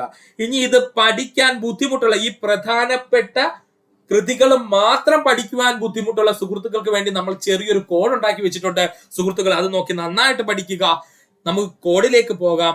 ചട്ടമ്പിയായ ആദി മോക്ഷം കിട്ടാനായി ക്രിസ്തുവിന്റെ പ്രാചീന വേദം വായിച്ചു. ഇതങ്ങ് പഠിച്ചു വെച്ചേക്കുക. ഇത്രയേ ഉള്ളൂ നമുക്ക് പഠിക്കാനായിട്ട്. ഇതെന്ത് ചെയ്യുക? അങ്ങ് പഠിച്ചു വെച്ചേക്കുക. ചട്ടമ്പിയായ ആദി മോക്ഷം കിട്ടാനായി ക്രിസ്തുവിന്റെ പ്രാചീന വേദം എന്ത് ചെയ്തു? വായിച്ചു. ഒന്നുകൂടെ പറയാം. ചട്ടമ്പിയായ ആദി മോക്ഷം കിട്ടാനായി ക്രിസ്തുവിന്റെ പ്രാചീന വേദം എന്ത് ചെയ്തു? വായിച്ചു. ഇത് നന്നായിട്ട് പഠിച്ചു വെച്ചിരിക്കുക. ഇനി നമുക്ക് ഇവന്റെ എക്സ്പ്ലനേഷൻ ഒന്ന് നോക്കാം. ചട്ടമ്പി സ്വാമിയെ കുറിച്ച് പറയാനായിട്ടാണ് നമ്മള് ചട്ടമ്പി എന്ന് പറഞ്ഞത്. ആദി എന്ന് പറഞ്ഞു കഴിഞ്ഞാൽ എന്താണ്? ആദിഭാഷ. ആദി എന്താണ്? ആദിഭാഷ. മറക്കരുത്. ആദി എന്താണ്? ആദിഭാഷ. മോക്ഷം കിട്ടാനായി മോക്ഷപ്രദീപ ഖണ്ഡനം. മോക്ഷം കിട്ടാനെന്ന് വെച്ച് കഴിഞ്ഞാല് മോക്ഷപ്രദീപ ഖണ്ഡനം. അതുപോലെ തന്നെയാണ് ക്രിസ്തുമതഛേദനം. ക്രിസ്തു എന്ന് വെച്ചാൽ എന്താണ്? ക്രിസ്തുമതഛേദനം. പ്രാചീന എന്ന് വെച്ചാൽ പ്രാചീന മലയാളം. പ്രാചീന എന്ന് വെച്ചാൽ എന്താണ്? പ്രാചീന മലയാളം.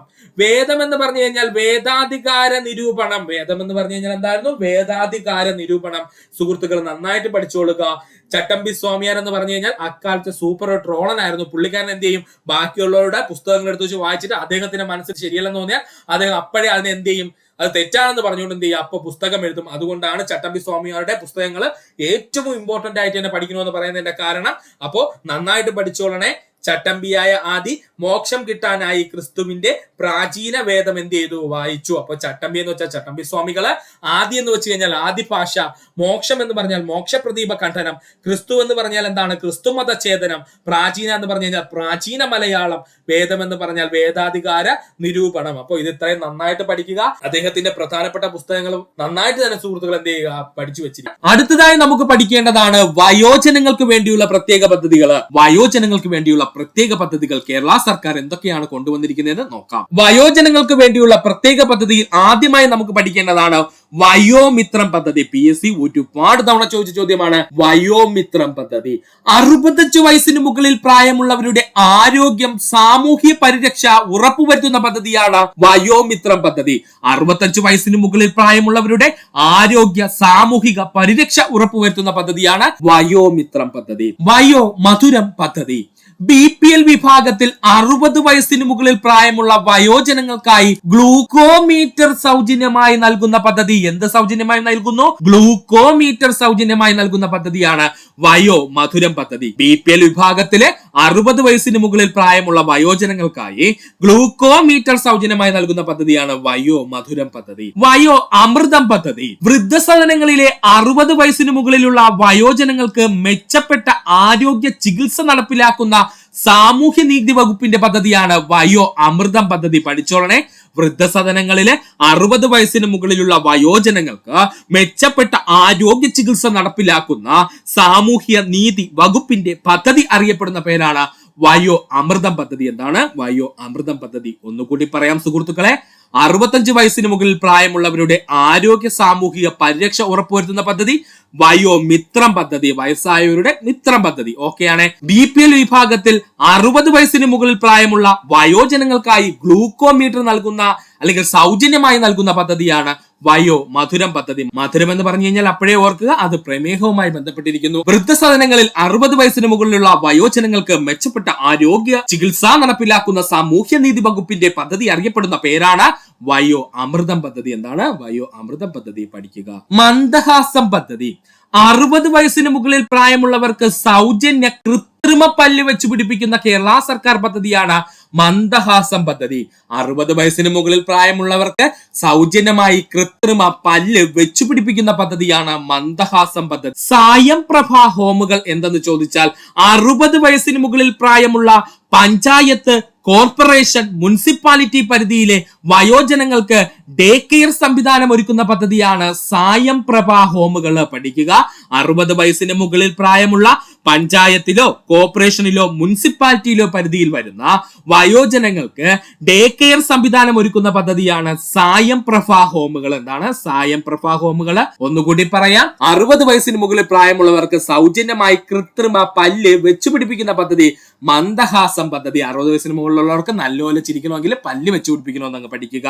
അതുപോലെ സായം പ്രഭ ഹോം എന്ന് പറഞ്ഞു കഴിഞ്ഞാൽ 60 വയസ്സിന് മുകളിൽ പ്രായമുള്ള പഞ്ചായത്ത്, കോർപ്പറേഷൻ, മുനിസിപ്പാലിറ്റി പരിധിയിലെ വയോജനങ്ങൾക്ക് ഡേ കെയർ സംവിധാനം ഒരുക്കി കൊടുക്കുന്ന പദ്ധതിയാണ് പഠിക്കുക. കേരള PSC ഏറ്റവും കൂടുതൽ ചോദിച്ചിരിക്കുന്ന അതിലേക്ക് പോകാം. പെരിയാറിൽ നിന്ന് ഏറ്റവും കൂടുതൽ ചോദിച്ച ചോദ്യമാണ്, ഏകദേശം 100-ൽ കൂടുതൽ തവണ ചോദിച്ച ചോദ്യമാണ് പെരിയാറിന്റെ നീളം. മറക്കരുത്, പെരിയാറിന്റെ നീളം എത്രയാണ്? 244 കിലോമീറ്റർ. അപ്പോ പെരിയാറിന്റെ നീളം എത്രയാണ്? 244 കിലോമീറ്റർ. കേരളത്തിലെ ഏറ്റവും നീളം കൂടിയ നദി എന്നറിയപ്പെടുന്നത് പെരിയാറാണ്. കേരളത്തിലെ ഏറ്റവും നീളം കൂടിയ നദി എന്നറിയപ്പെടുന്നത് പെരിയാറാണ്. പെരിയാർ നദി അറിയപ്പെടുന്ന മറ്റു പേരുകൾ അല്ലെങ്കിൽ പെരിയാർ നദിയുടെ അപരനാമങ്ങൾ എന്ന് നമ്മൾ പറയും. ഓർക്കുക, ഏതൊക്കെയാണവ? ചൂർണി, പൂർണ, ആലുവ പുഴ, കാലടിപ്പുഴ, മാർത്താണ്ഡം പുഴ, മംഗലം പുഴ.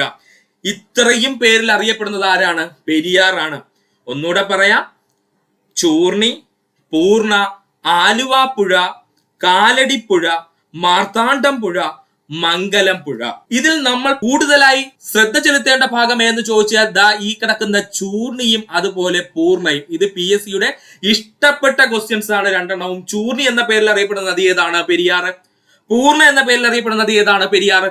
ഇത് ഏകദേശം 50-ൽ കൂടുതൽ തവണ PSC റിപ്പീറ്റ് ആയി തന്നെ ചോദിച്ച ചോദ്യമാണ്. അതുകൊണ്ട് സുഹൃത്തുക്കളെ ഓർത്ത് വെച്ചിരിക്കുക.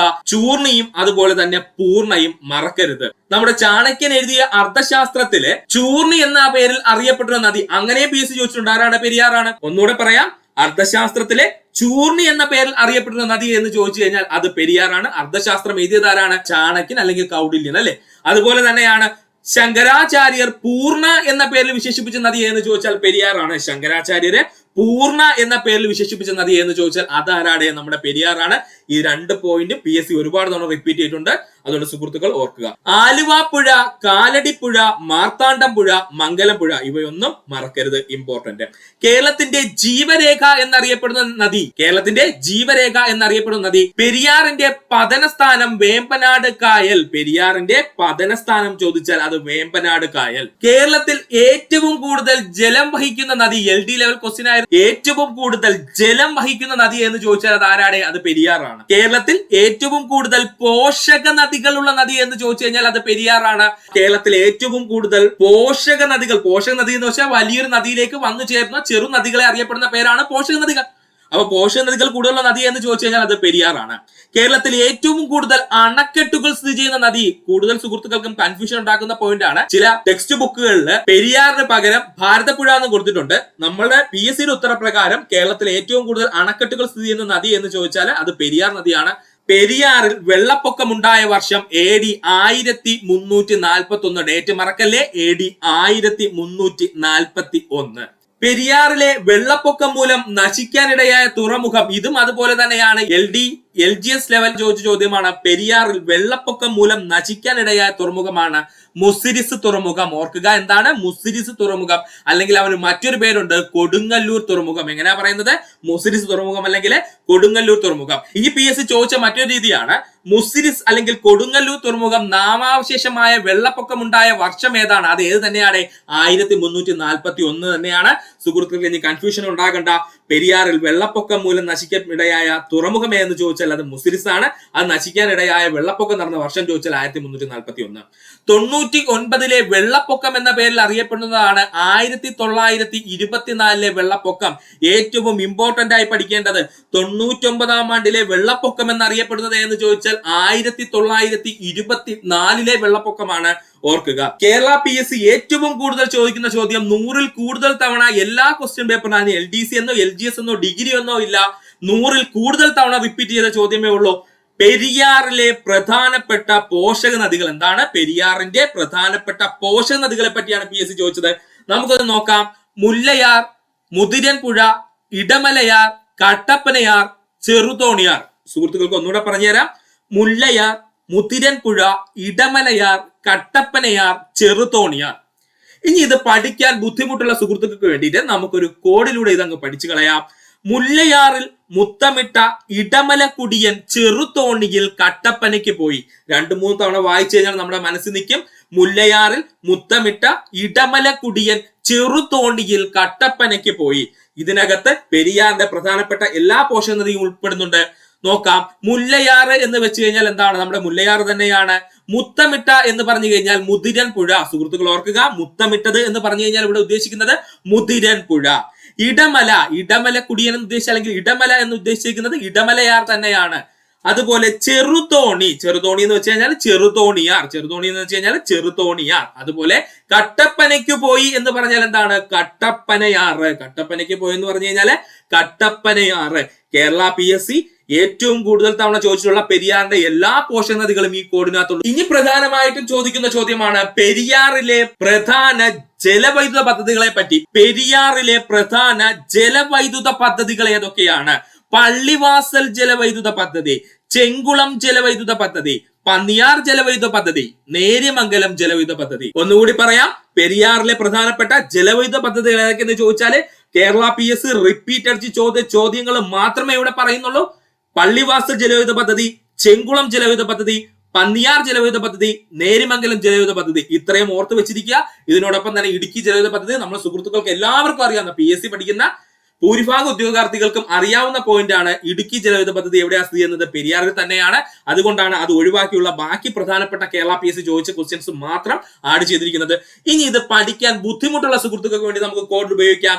കോഡ് ഇത്രയേ ഉള്ളൂ. സുഹൃത്തുക്കൾ ശ്രദ്ധിച്ചോളണേ. പെരിയയിലെ പള്ളിയിലെ ചെക്കന് പന്നിയെ നേരിയ പേടിയാണ്. ഇത്രയേ ഉള്ളൂ കോഡ്. എന്താ കോഡ് പറഞ്ഞത്? പെരിയയിലെ പള്ളിയിലെ ചെക്കന് പന്നിയെ നേരിയ പേടിയാണ്. ഓർക്കുക, പെരിയയിലെ എന്ന് പറഞ്ഞു കഴിഞ്ഞാൽ പെരിയാർ നദിയാണ് നമ്മൾ ഉദ്ദേശിക്കുന്നത്. പെരിയയിൽ എന്ന് വെച്ച് കഴിഞ്ഞാൽ പെരിയാർ നദിയാണ് നമ്മൾ ഉദ്ദേശിക്കുന്നത്.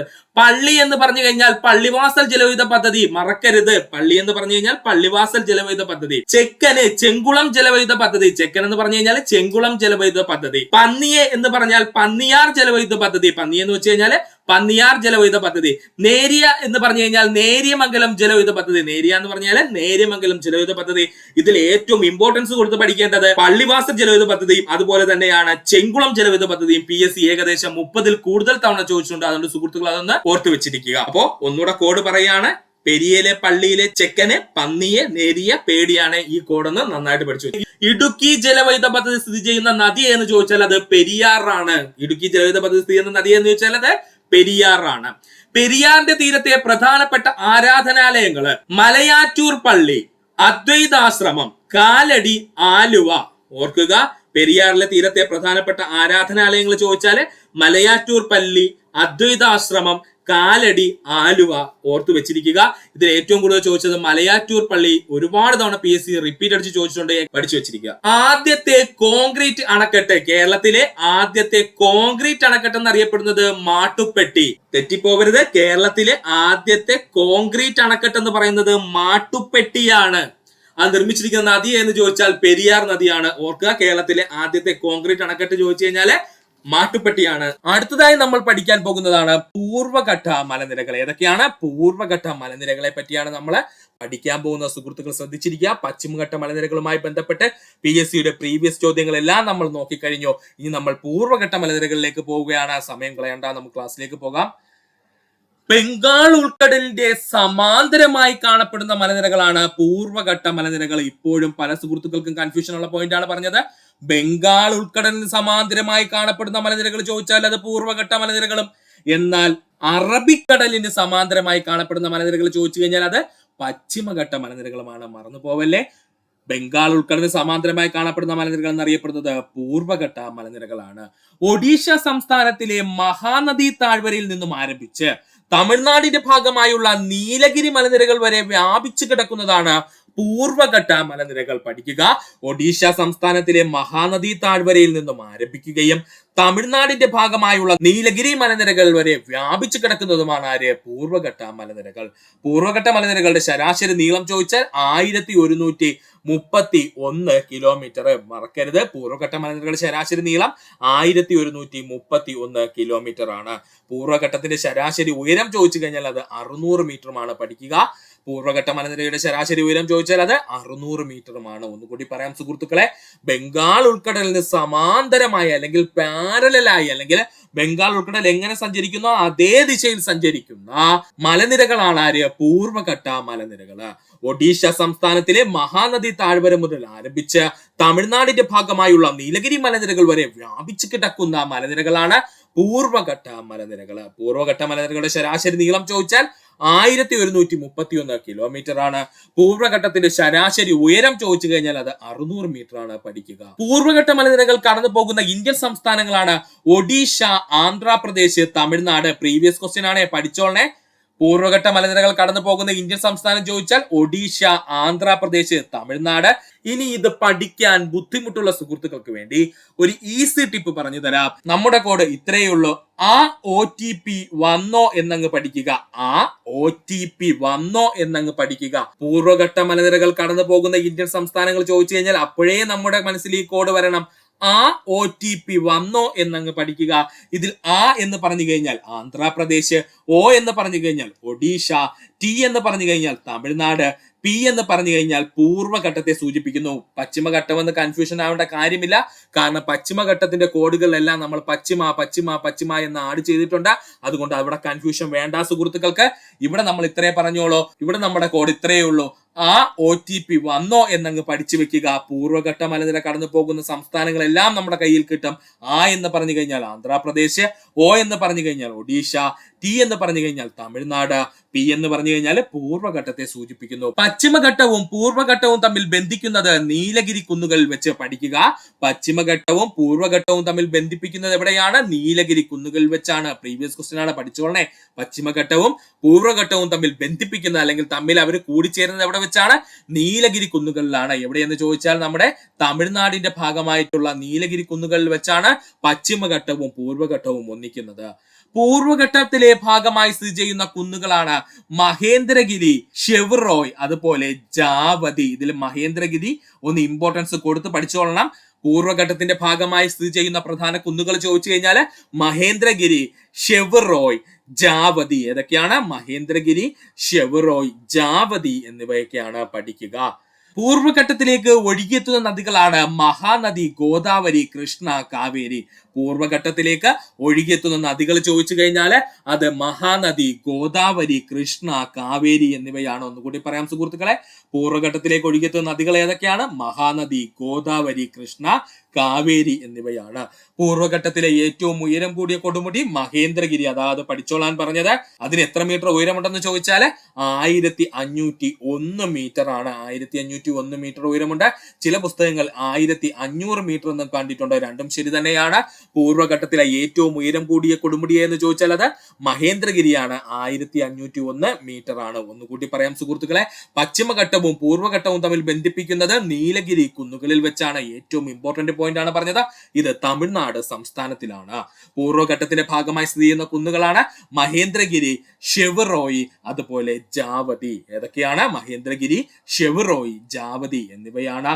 അതുപോലെ തന്നെ പൂർവ്വഘട്ടത്തിലേക്ക് ഒഴുകിയെത്തുന്ന നദികള്, പൂർവ്വഘട്ടത്തിൽ നിന്ന് ഉത്ഭവിക്കുന്ന നദികളല്ലേ പറഞ്ഞത്? പൂർവ്വഘട്ടത്തിലേക്ക് ഒഴുകിയെത്തുന്ന നദികൾ ആരെന്ന് ചോദിച്ചാൽ അത് മഹാനദി, ഗോദാവരി, കൃഷ്ണ, കാവേരി എന്നിവയാണ്.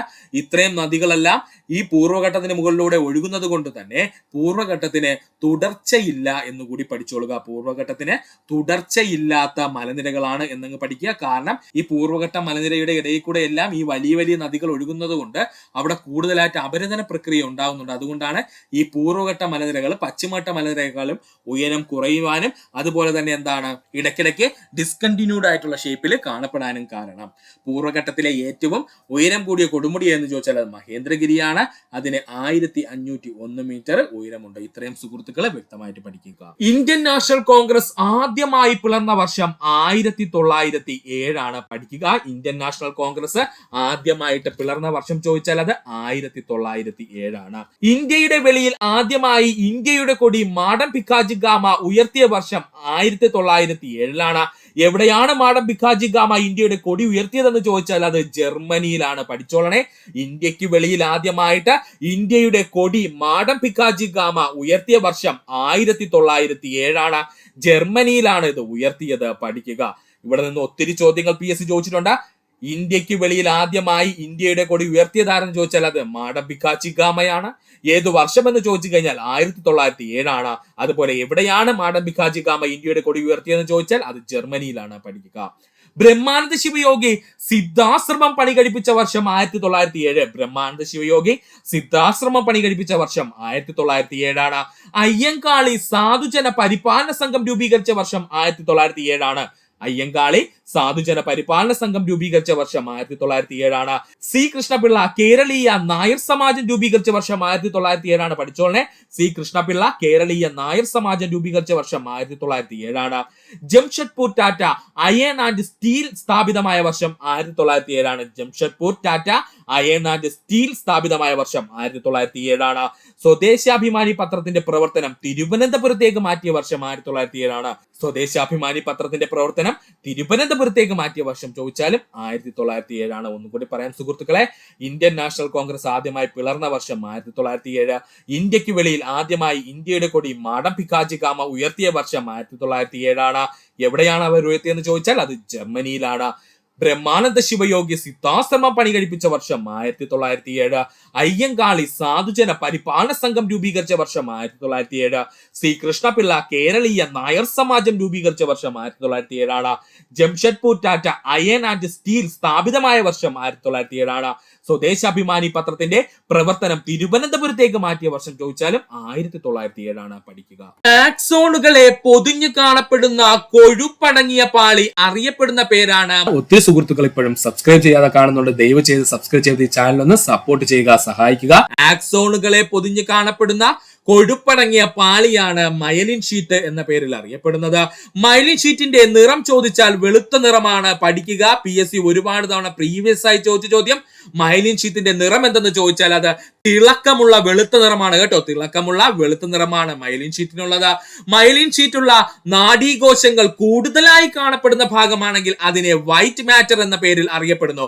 മൈലിൻ ഷീറ്റുള്ള നാഡീകോശങ്ങൾ കൂടുതലായിട്ട് കാണപ്പെടുന്ന ഭാഗമാണെങ്കിൽ അതിനെ വിളിക്കുന്ന പേരാണ് വൈറ്റ് മാറ്റർ എന്നും. മൈലിൻ ഷീറ്റ് ഇല്ലാത്ത നാഡീകോശങ്ങൾ കാണപ്പെടുന്ന ഭാഗമാണെങ്കിൽ അതിനെ ഗ്രേ മാറ്റർ എന്ന പേരിലും അറിയപ്പെടുന്നു. ഇത് രണ്ടും PSC പ്രീവിയസ് ആയി ചോദിച്ചതാണ്. മൈലിൻ ഷീറ്റുള്ള നാഡീകോശങ്ങൾ കൂടുതലായി കാണപ്പെടുന്ന ഭാഗമാണെങ്കിൽ അവിടെ നല്ല വെളുത്ത നിറത്തിലായിരിക്കും. അതുകൊണ്ട് അവിടെ വൈറ്റ് മാറ്റർ എന്ന പേരിൽ അറിയപ്പെടുന്നു. മൈലിൻ ഷീറ്റ് ഇല്ലാത്ത നാഡീകോശങ്ങൾക്ക് നിറം ഗ്രേ കളർ ആയിരിക്കും. അതുകൊണ്ട് തന്നെ ഗ്രേ മാറ്റർ എന്ന പേരിലും അറിയപ്പെടുന്നു. മൈലിൻ ഷീറ്റിന്റെ ധർമ്മങ്ങളാണ് നമ്മൾ ഇനി പറയാൻ പോകുന്ന. സുഹൃത്തുക്കൾ ശ്രദ്ധിക്കുക. മൈലിൻ ഷീറ്റിന്റെ ധർമ്മങ്ങൾ.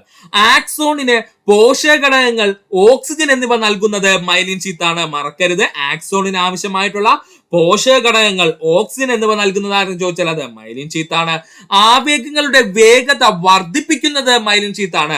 ആവേഗങ്ങളുടെ വേഗത വർദ്ധിപ്പിക്കുന്നത് എങ്ങനെയെന്ന് ചോദിച്ചാൽ അത് മൈലിൻ ഷീറ്റാണ്. അതുപോലെ തന്നെ ഒരു വൈദ്യുത ഇൻസുലേറ്റർ ആയി പ്രവർത്തിക്കുന്നു മൈലിൻ ഷീറ്റ്. മറക്കല്ലേ, ഒരു വൈദ്യുത ഇൻസുലേറ്റർ ആയി പ്രവർത്തിക്കുന്നു മൈലിൻ ഷീറ്റ്. സുഹൃത്തുക്കൾ ഡൗട്ട് വേണ്ട. എന്താ ഇവിടെ ഉദ്ദേശിക്കുന്നതെന്ന് പറഞ്ഞു കഴിഞ്ഞാൽ നാഡീകോശങ്ങളിലൂടെ സന്ദേശങ്ങൾ കടന്നു പോകുന്നത് വൈദ്യുത രൂപത്തിലാണ്. അപ്പോൾ അതിന്റെ ലീക്കേജ് തടയുന്നതിന് വേണ്ടിയിട്ട് ഒരു വൈദ്യുത ഇൻസുലേറ്റർ ആയിട്ട് പ്രവർത്തിക്കുന്നു ആരാണ്? Myelin sheet. അതുപോലെ തന്നെ ബാഹ്യശതങ്ങളിൽ നിന്നും ആക്സോണിനെ സംരക്ഷിക്കുന്നതും ആരാണ്? മൈലിൻ ഷീത്ത് ആണ്. ബാഹ്യശതങ്ങളിൽ നിന്നും ആക്സോണിനെ സംരക്ഷിക്കുന്നതും ആരാണ്? മൈലിൻ ഷീത്ത് ആണ്. പഠിക്കുക. ഒന്നുകൂടി പറയാം സുഹൃത്തുക്കളെ, ആക്സോണുകൾ പൊതിഞ്ഞു കാണപ്പെടുന്ന കൊഴുപ്പടങ്ങിയ പാളിയാ എന്ന് ചോദിച്ചാൽ അത് മൈലിൻ ഷീത്ത് ആണ്. മൈലിൻ ഷീറ്റിന്റെ നിറം ചോദിച്ചാൽ തിളക്കമുള്ള വെള്ള നിറമാണ്. മൈലിൻ ഷീറ്റിലുള്ള നാഡീകോശങ്ങൾ കൂടുതലായി കാണപ്പെടുന്ന ഭാഗം അറിയപ്പെടുന്ന പേര് വൈറ്റ് മാറ്റർ എന്നാണ്. മൈലിൻ ഷീറ്റ് ഇല്ലാത്ത നാഡീകോശങ്ങൾ കൂടുതലായി കാണപ്പെടുന്ന ഭാഗം അറിയപ്പെടുന്ന പേരാണ് ഗ്രേ മാറ്റർ എന്ന്. അതുപോലെ മൈലിൻ ഷീറ്റിന്റെ പ്രധാന ധർമ്മങ്ങൾ ചോദിച്ചു കഴിഞ്ഞാൽ ആക്സോണിന് പോഷകഘടകങ്ങളും ഓക്സിജനും എത്തിച്ചു കൊടുക്കുക, ആവേഗങ്ങളുടെ വേഗത വർദ്ധിപ്പിക്കുക, വൈദ്യുത ഇൻസുലേറ്ററായി പ്രവർത്തിക്കുക, ബാഹ്യക്ഷതങ്ങളിൽ നിന്നും ആക്സോണിനെ സംരക്ഷിക്കുക. ഇത്രയുമാണ് പ്രധാനപ്പെട്ട മൈലിൻ ഷീത്തിന്റെ ധർമ്മങ്ങൾ. ഇത്രയും ഭാഗം സുഹൃത്തുക്കൾ പഠിക്കുക. കേരള PSCയുടെ ഏറ്റവും ഇമ്പോർട്ടന്റ് ആയ ഒരു ടോപ്പിക്കാണ് കേരളത്തിലെ പ്രധാന കൃഷിരീതികൾ. LP UP എന്നോ LGS എന്നോ LDC എന്നോ ഡിഗ്രി ലെവലോ എന്നില്ലാതെ കേരള PSC സ്ഥിരം ചോദിക്കുന്ന ചോദ്യമേഖലയാണ് കേരളത്തിലെ പ്രധാന കൃഷിരീതികൾ. നമുക്ക് നേരെ പോകാം. കേരളത്തിലെ പ്രധാന കൃഷിരീതികൾ ഏതൊക്കെയാണെന്നുള്ളത്. കേരളത്തിലെ പ്രധാന കൃഷിരീതികളെ കുറിച്ച് പറയുമ്പോൾ ആദ്യമായി നമ്മൾ അറിയേണ്ടത് ഏതൊക്കെ തരം കൃഷിരീതികളാണ് ഇപ്പോൾ നിലനിൽക്കുന്നത് എന്നാണ്. കൂടുതൽ സ്ഥലത്ത് കുറഞ്ഞ മുതൽ മുടക്കിൽ, എങ്ങനെയാ സുഹൃത്തുക്കളെ? കൂടുതൽ സ്ഥലത്ത് കുറഞ്ഞ മുതൽ മുടക്കിൽ കൃഷി ചെയ്യുന്ന രീതിയാണ് വിശാല കൃഷി രീതി. എങ്ങനെയാ പറയുന്നത്? കൂടുതൽ സ്ഥലം കാണും ഒരാൾക്ക്, അയാൾ അവിടെ എന്താണ് വളരെ കുറച്ച് പണം മുടക്കി എന്ത് ചെയ്യുന്നു? കൃഷി ചെയ്യുന്നു. ഇതിനെ അറിയപ്പെടുന്ന പേരാണ് വിശാല കൃഷി രീതി. കൂടുതൽ മുതൽ മുടക്കിൽ കുറച്ച് സ്ഥലത്ത് പരമാവധി ഉൽപാദനം നടത്തുന്ന കൃഷിരീതി അറിയപ്പെടുന്ന പേരാണ് കടും കൃഷി രീതി. ഇത് സുഹൃത്തുക്കൾ ഇമ്പോർട്ടൻസ് കൊടുത്തു പഠിക്കുക. എന്താ പറഞ്ഞത്? കൂടുതൽ മുതൽ മുടക്ക് നടത്താൻ കയ്യിൽ ഒരാളുടെ പണമുണ്ട്, പക്ഷെ അയാൾക്ക് എന്താണ്? കുറച്ച് സ്ഥലം മാത്രമേ ഉള്ളൂ എങ്കിൽ അയാൾ എന്ത് ചെയ്യും? പരമാവധി അവിടെ എന്ത് ചെയ്യും? കൃഷി ചെയ്യാൻ ശ്രമിക്കും, കൂടുതൽ പണം മുടക്കിക്കൊണ്ട്. അതിലൂടെ അയാൾ എന്ത് ചെയ്യും? കൂടുതൽ ലാഭം എന്ത് ചെയ്യും? നേടുകയും ചെയ്യും.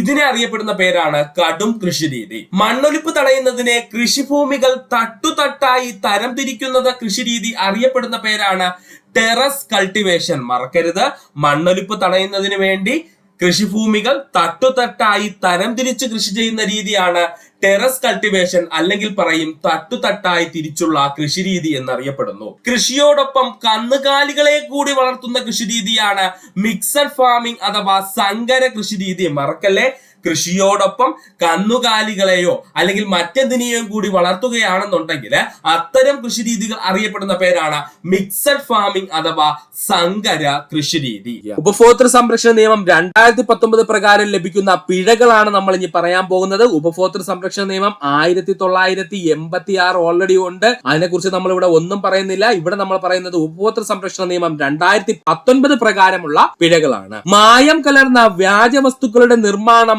വിൽപ്പന എന്നിവ കണ്ടെത്തിയാൽ ശിക്ഷിക്കാൻ കോടതിയെ ഈ നിയമം വ്യവസ്ഥ ചെയ്യുന്നു. അതായത് 2019 ഉപഭോക്തൃ സംരക്ഷണ നിയമപ്രകാരം മായം കലർന്ന വ്യാജ വസ്തുക്കൾ നിർമ്മിക്കുകയോ വിൽക്കുകയോ ചെയ്തു കഴിഞ്ഞാൽ അവരെ ശിക്ഷിക്കാനായിട്ട് കോടതിയെ ഈ നിയമം എന്ത് ചെയ്യുന്നു? വ്യവസ്ഥ ചെയ്യുന്നു. മേൽപ്പറഞ്ഞ കുറ്റം തെളിയിക്കപ്പെട്ടാൽ 2 വർഷത്തേക്ക് ആ വ്യക്തി നൽകിയിട്ടുള്ള ഏതെങ്കിലും ലൈസൻസ് കോടതിക്ക് സസ്പെൻഡ് ചെയ്യുവാൻ കഴിയുന്നു. ഇങ്ങനെ ഒരു കുറ്റം കണ്ടെത്തി എന്ന് കോടതിക്ക് മനസ്സിലായി കഴിഞ്ഞാൽ, അല്ലെങ്കിൽ ഉപഭോക്തൃ സംരക്ഷണ നിയമപ്രകാരം കോടതിക്ക് എന്തു ചെയ്യാൻ കഴിയും? ആ വ്യക്തിയുടെ മേലുള്ള ഏതെങ്കിലും ഒരു ലൈസൻസ് എന്ത് ചെയ്യാൻ കഴിയും? സസ്പെൻഡ് ചെയ്യാൻ കഴിയും. തുടർന്ന് ആ വ്യക്തി മേൽപ്പറഞ്ഞ കുറ്റം വീണ്ടും ആവർത്തിച്ചാൽ ആ വ്യക്തിക്ക് നൽകിയിട്ടുള്ള ലൈസൻസ് റദ്ദു ചെയ്യുവാനും കോടതിക്ക് കഴിയും. ഇതെല്ലാം 2019 ഉപഭോക്തൃ നിയമപ്രകാരം, ഇതെല്ലാം 2019 ഉപഭോക്തൃ സംരക്ഷണ നിയമത്തിന്റെ പ്രത്യേകതകളാണ്. ഓർക്കുക, ഒരു തവണ ഒരു തെറ്റ് ചെയ്തു കഴിഞ്ഞാൽ ആ വ്യക്തിയുടെ പേരിലുള്ള ഏതെങ്കിലും ഒരു ലൈസൻസ് കോടതിക്ക് എന്ത് ചെയ്യാൻ കഴിയും? സസ്പെൻഡ് ചെയ്യാൻ കഴിയും. തുടർന്ന് ആ വ്യക്തി മേൽപ്പറഞ്ഞ കുറ്റം വീണ്ടും ആവർത്തിച്ചു കഴിഞ്ഞാൽ ആ വ്യക്തിക്ക് നൽകിയിട്ടുള്ള ലൈസൻസ് ക്യാൻസൽ ചെയ്ത് കളയാൻ അല്ലെങ്കിൽ റദ്ദു ചെയ്ത് കളയാൻ ആർക്ക് കഴിയും? കോടതിക്ക് കഴിയും. ഉൽപ്പന്നത്തിന്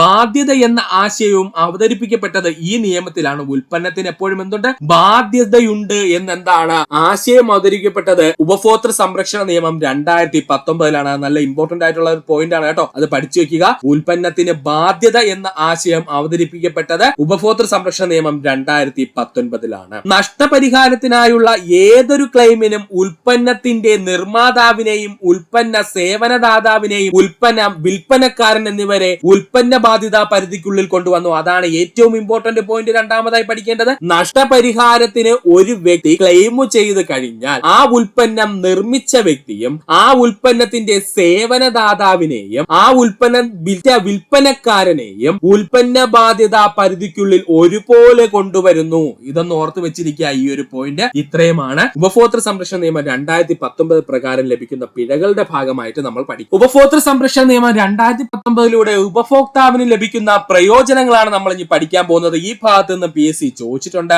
തെറ്റിദ്ധരിപ്പിക്കുന്ന പരസ്യങ്ങളുടെയും ഉൽപ്പന്നങ്ങളിലെ മായം ചേർക്കലും തടയുന്നതിന് സഹായിക്കുന്നു. ഇമ്പോർട്ടന്റ് പോയിന്റ് ഇതാണ് PSC ചോദിച്ചത്, അതുകൊണ്ട് ഇതിന് ഇമ്പോർട്ടൻസ് കൊടുക്കുക. ഉപഭോക്തൃ സംരക്ഷണ നിയമപ്രകാരം ഉപഭോക്തൃ സംരക്ഷണ നിയമം 2019 പ്രകാരം ഉപഭോക്താവിന് ലഭിക്കുന്ന പ്രയോജനങ്ങൾ ചോദിച്ചു കഴിഞ്ഞാൽ തെറ്റിദ്ധരിപ്പിക്കുന്ന പരസ്യങ്ങളുടെയും ഉൽപ്പന്നങ്ങളിലെ മായം ചേർക്കലും തടയുന്നതിന് സഹായിക്കുന്നു. വികലമായ ഉൽപ്പന്നങ്ങളോ, വികലമായ എന്ന് വെച്ചാൽ ഡാമേജ്ഡ് ആയിട്ടുള്ള അല്ലെങ്കിൽ ഡിഫക്റ്റീവ് പ്രോഡക്റ്റ് നമ്മൾ പറയൂലേ, അതിനെയാണ് വികലമായത് എന്നുകൊണ്ട് ഉദ്ദേശിക്കുന്നത്. വികലമായ ഉൽപ്പന്നങ്ങളോ കുറവുള്ള സേവനങ്ങളോ നൽകുന്നതിൽ നിന്നും നിർമ്മാതാക്കളെയും സേവനദാതാക്കളെയും തടയുന്നു. വികലമായ ഉൽപ്പന്നം എക്സാമ്പിൾ ആയിട്ട് പറഞ്ഞാൽ നമ്മളൊരു വാഹനം വാങ്ങിച്ചു, ആ വാഹനത്തിന് എന്തെങ്കിലും ഡിഫക്റ്റ് ഉണ്ട് അല്ലെങ്കിൽ ഒരു കംപ്ലൈന്റ് ഉണ്ട് എന്ന് സുഹൃത്തുക്കൾ ഒന്ന് കരുതുക. അങ്ങനെ കംപ്ലൈന്റ് ഉണ്ടെന്നുണ്ടെങ്കിൽ അത് നിർമ്മിച്ചു നൽകിയ നിർമ്മാതാക്കളെയും അതുപോലെ തന്നെ അത് നമുക്ക് നൽകിയ ഏതെങ്കിലും ഒരു ഷോറൂമിൽ നിന്നായിരിക്കുമല്ലോ നമ്മളൊരു വാഹനം എടുക്കുന്നത്. അപ്പൊ അങ്ങനെ ആ ഷോറൂം നടത്തുന്ന സേവനദാതാക്കളെയും എന്താണ് ഇത്തരത്തിലുള്ള പ്രവർത്തനങ്ങളിൽ നിന്ന് തടയുന്നു. എന്താണ് ഉപഭോക്തൃ സംരക്ഷണ നിയമം 2019 ഇമ്പോർട്ടന്റ് ആണ്. വികലമായ ഉൽപ്പന്നങ്ങളോ കുറവുള്ള സേവനങ്ങളോ നൽകുന്നതിനും നിർമ്മാതാക്കളെയും സേവനദാതാക്കളെയും തടയുന്നു. ഉപഭോക്തൃ കമ്മീഷനുകളെ സമീപിക്കുന്നതിനുള്ള എളുപ്പവും ന്യായവിധി പ്രക്രിയ ലളിതമാക്കുകയും ചെയ്യുന്നു. ഉപഭോക്തൃ കമ്മീഷനുകളെ സമീപിക്കുന്നതിനുള്ള എളുപ്പവും അതിനോടൊപ്പം തന്നെ ന്യായവിധി പ്രക്രിയ എന്താണ് ലളിതമാക്കുന്നതിനും ഇത് സഹായിക്കുന്നു. മധ്യസ്ഥതയിലൂടെ കേസുകൾ നേരത്തെ തീർപ്പാക്കുന്നതിനുള്ള അവസരം ലഭിക്കുന്നു. മധ്യസ്ഥതയിലൂടെ നേരത്തെ തന്നെ കേസുകൾ തീർപ്പാക്കുന്നതിനുള്ള അവസരം എന്ത് ചെയ്യുന്നു ലഭിക്കുന്നു. പുതിയ കാലത്തെ ഉപഭോക്തൃ പ്രശ്നങ്ങൾ ഈ നിയമത്തിനുള്ളിൽ വ്യവസ്ഥ ചെയ്യപ്പെട്ടിരിക്കുന്നു. അതാണ് നമ്മൾ നേരത്തെ പറഞ്ഞ e-commerce സൈറ്റുകളുടെ കാര്യം. പുതിയ കാലത്തെ ഉപഭോക്തൃ പ്രശ്നങ്ങളെ ഈ നിയമത്തിനുള്ളിൽ എന്ത് ചെയ്യുന്നിരിക്കുന്നു വ്യവസ്ഥ ചെയ്തിരിക്കുന്നു. ഒന്നുകൂടി പറയാം, സുഹൃത്തുക്കൾ ശ്രദ്ധിച്ചിരിക്കുക. തെറ്റിദ്ധരിപ്പിക്കുന്ന പരസ്യങ്ങളിലും ഉൽപ്പന്നങ്ങളുടെയും മായം ചേർക്കലും തടയുന്നത് സഹായിക്കുന്നു. വികലമായ ഉൽപ്പന്നങ്ങളോ കുറവുള്ള സേവനങ്ങളോ നൽകുന്നതിൽ നിന്നും നിർമ്മാതാക്കളെയും അതിനോടൊപ്പം തന്നെ സേവനദാതാക്കളെയും തടയുന്നു. ഉപഭോക്തൃ കമ്മീഷനുകളെ സമീപിക്കുന്നതിനുള്ള എളുപ്പവും ന്യായവിധി പ്രക്രിയ ലളിതമാക്കൽ, മധ്യസ്ഥതയിലൂടെ കേസുകൾ നേരത്തെ തീർപ്പാക്കുന്നതിനുള്ള അവസരം അതിനോടൊപ്പം തന്നെ പഠിക്കേണ്ടതാണ്. പുതിയ കാലത്തെ ഉപഭോക്തൃ പ്രശ്നങ്ങൾ ഈ നിയമപ്രകാരം എന്ത് ചെയ്തിരിക്കുന്നു വ്യവസ്ഥ ചെയ്തിരിക്കുന്നു. ഇത്രയും ഭാഗമാണ് നമുക്ക് പ്രധാനമായിട്ടും പഠിക്കാനുള്ളത്. ഒന്നാം ഭൗമ ഉച്ചകോടി നടന്ന വർഷം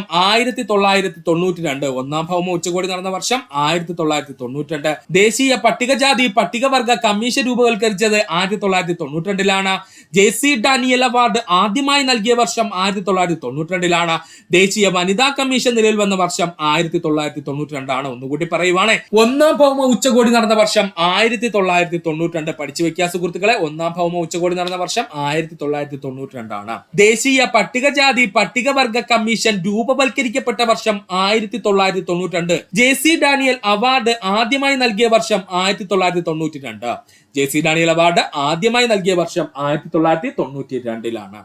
ദേശീയ വനിതാ കമ്മീഷൻ നിലവിൽ വന്ന വർഷം 1992. ദേശീയ വനിതാ കമ്മീഷൻ നിലവിൽ വന്ന വർഷം 1992. ഒന്നുകൂടി, നാഷണൽ സ്റ്റോക്ക് എക്സ്ചേഞ്ച് പ്രവർത്തനം ആരംഭിച്ച വർഷം 1992. നാഷണൽ സ്റ്റോക്ക് എക്സ്ചേഞ്ച് പ്രവർത്തനം ആരംഭിച്ച വർഷം 1992. നാഷണൽ എയ്ഡ്സ് കൺട്രോൾ പ്രോഗ്രാം ആരംഭിച്ച വർഷം 1992. നാഷണൽ എയ്ഡ്സ് കൺട്രോൾ പ്രോഗ്രാം ആരംഭിച്ച വർഷം 1992. റാപ്പിഡ് ആക്ഷൻ ഫോഴ്സ് രൂപീകരിച്ച വർഷം 1992.